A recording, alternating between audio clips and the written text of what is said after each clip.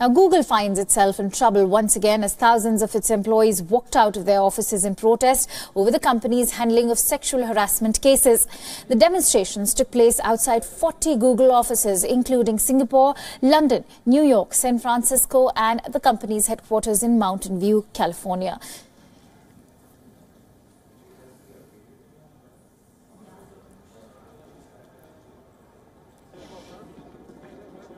In fact, Google Walkout for Real Change witnessed more than 1,500 employees walking out from more than 60% of Google's offices across the world.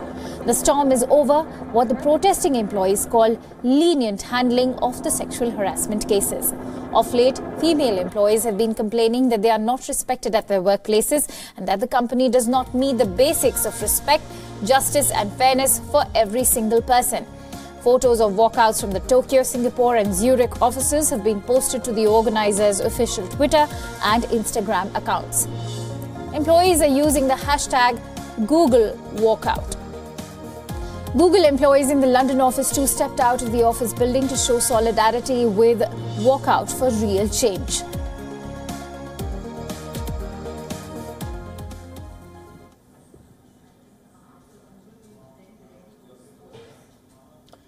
That's right. Unprecedented protests and walkouts for the tech giant today, spanning the continent, starting in Asia, moving around offices such as, London, Zurich, Dublin, Singapore, and of course the United States, where Google is headquartered. And this was all triggered by that bombshell New York Times report last week, which detailed accusations of sexual harassment by senior male executives at the Silicon Valley firm.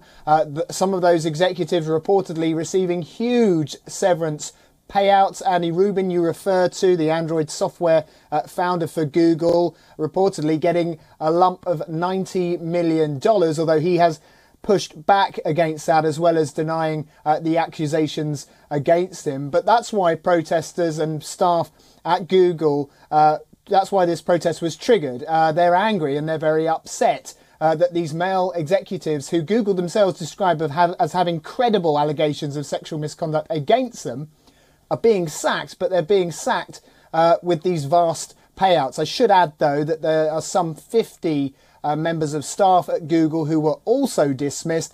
They did not receive a payout.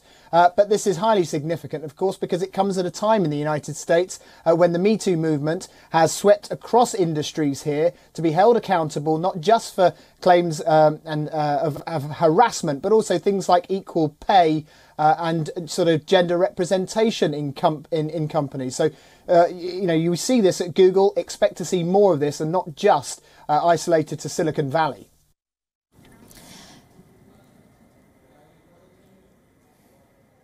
It is believed that the catapulting factor for the protest of this kind is the fallout around allegations surrounding Android co-founder Andy Rubin. Now, Rubin was asked to resign a few weeks back over allegations of sexual harassment. But what came as a surprise to many is the fact that Rubin received a $90 million exit package that Google wasn't obligated to grant. There have been several other cases at Google where the sacked employees have received exit packages worth millions. This after they left amid allegations of sexual misconduct. And these are precisely the demands of the protesters. 5 concrete changes in the company policy. They are, and I quote, an end to forced arbitration in cases of harassment and discrimination, a commitment to end pay and opportunity inequity, a publicly disclosed sexual harassment transparency report, a clear, uniform, globally inclusive process for reporting sexual misconduct safely and anonymously. And 5th, elevate the Chief Diversity Officer to answer directly to the CEO and make recommendations directly to the Board of Directors. In addition, appoint an employee representative to the board. So this walkout puts Google CEO Sundar Pichai and his promises of an equitable work culture in the spot.